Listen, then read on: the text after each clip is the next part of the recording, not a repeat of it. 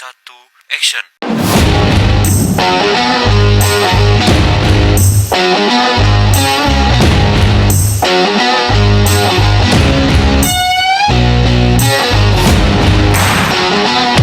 Assalamualaikum warahmatullahi wabarakatuh.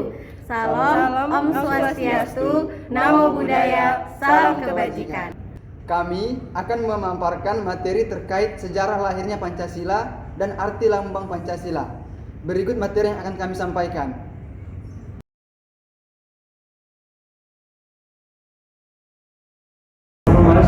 Baik, pertama kita akan membahas latar belakang sejarah lahirnya Pancasila. Pada awal abad ke-20, bangsa Indonesia masih berada di bawah penjajahan Belanda. Namun, semangat nasionalisme mulai tumbuh dengan munculnya berbagai organisasi pergerakan seperti Budi Utomo tahun 1908, Sekret Islam 1912, hingga Partai Nasional Indonesia pada tahun 1927. Pada tahun 1942, Jepang berhasil menduduki Indonesia dan mengusir Belanda. Meskipun Jepang tetap menjajah, mereka memberi peluang bagi bangsa Indonesia untuk membentuk organisasi politik seperti BPUPKI. Kedua, ada BPUPKI dan sidang pertama. Nah, ini bermula dari pembentukan lembaga BPUPKI pada tanggal 1 Maret 1945 yang diketuai oleh Dr. Rajiman Widyodiningrat. BPUPKI adalah singkatan dari Badan Penyelidik Usaha Persiapan Kemerdekaan Indonesia. Tujuan dibentuknya BPUPKI adalah untuk mempersiapkan kemerdekaan Indonesia. Hal-hal yang dipersiapkan salah satunya adalah rumusan dasar negara Indonesia. Diadakanlah sidang BPUPKI yang dipimpin langsung oleh Dr. Rajiman Widyodiningrat namun dimulai pada tanggal 29 Mei sampai 1 Juni 1945. BPUPKI dan sidang pertama. Dalam sidang pertama BPUPKI pada tanggal 29 Mei hingga 1 Juni 1945 dibahas mengenai dasar negara Indonesia merdeka. Beberapa tokoh menyampaikan gagasannya, di antaranya ada yang pertama, ada Master Muhammad Yamin 29 Mei 1945. Beliau mengusulkan 5 asas dasar negara. Yang pertama, ada peri kebangsaan. Yang kedua, ada peri kemanusiaan. Yang ketiga, ada peri ketuhanan. Yang keempat, ada peri kerakyatan. Dan yang kelima, ada peri kesejahteraan rakyat. Selanjutnya, ada Profesor Dr. Soepomo pada tanggal 31 Mei 1945. Beliau mengemukakan konsep negara integralistik yang menolak liberalisme maupun komunisme dengan menekankan persatuan antara rakyat dan pemimpinnya.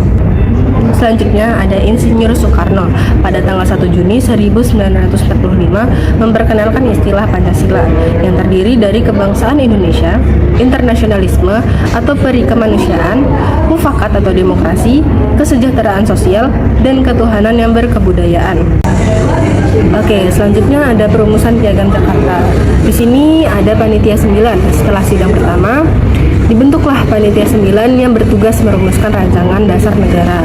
Panitia ini beranggotakan tokoh-tokoh penting, antara lain ada Soekarno, Hatta, Yamin, Ahmad Subarjo, dan sebagainya. Di sini menjelaskan tentang isi Piagam Jakarta pada tanggal 22 Juni 1945. Yang pertama ada ketuhanan dengan kewajiban menjalankan syariat Islam bagi pemeluk-pemeluknya. Yang kedua, menurut dasar kemanusiaan yang adil dan beradab. Yang ketiga, persatuan Indonesia. Dan yang keempat, dan kerakyatan yang dipimpin oleh hikmah kebijaksanaan dalam permusyawaratan perwakilan. Yang kelima, ada serta dengan mewujudkan suatu keadilan sosial bagi seluruh rakyat Indonesia. Perubahan sila pertama.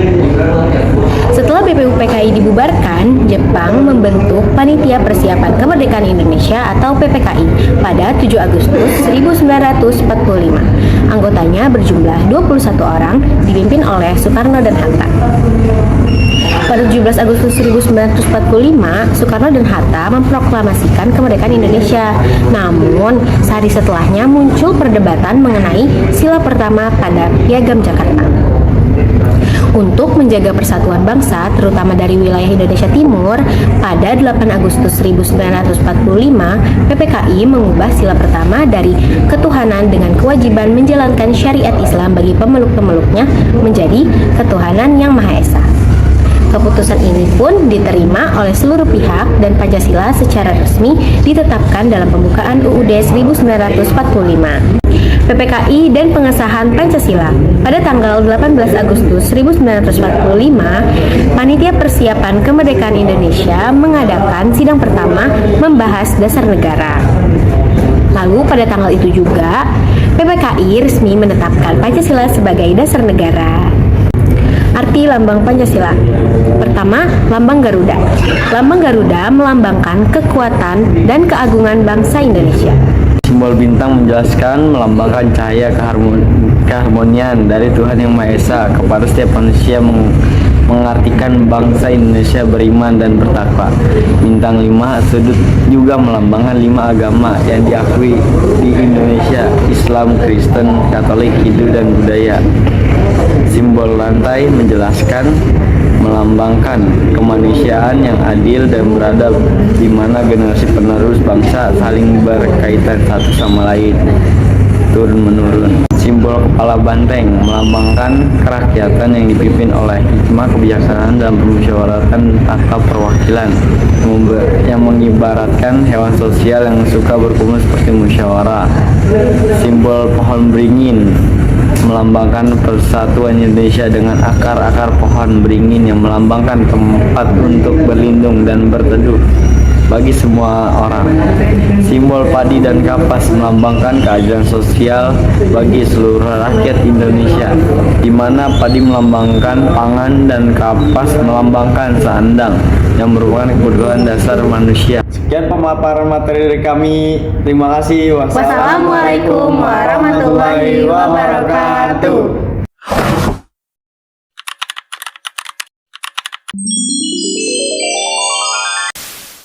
Majikan. Halo, perkenalkan dari kelompok 2. Saya sebenarnya ya. Tuh, Udah di video tuh. ya. Mau video? Udah video. Kami dari tadi. Halo, saya Alia.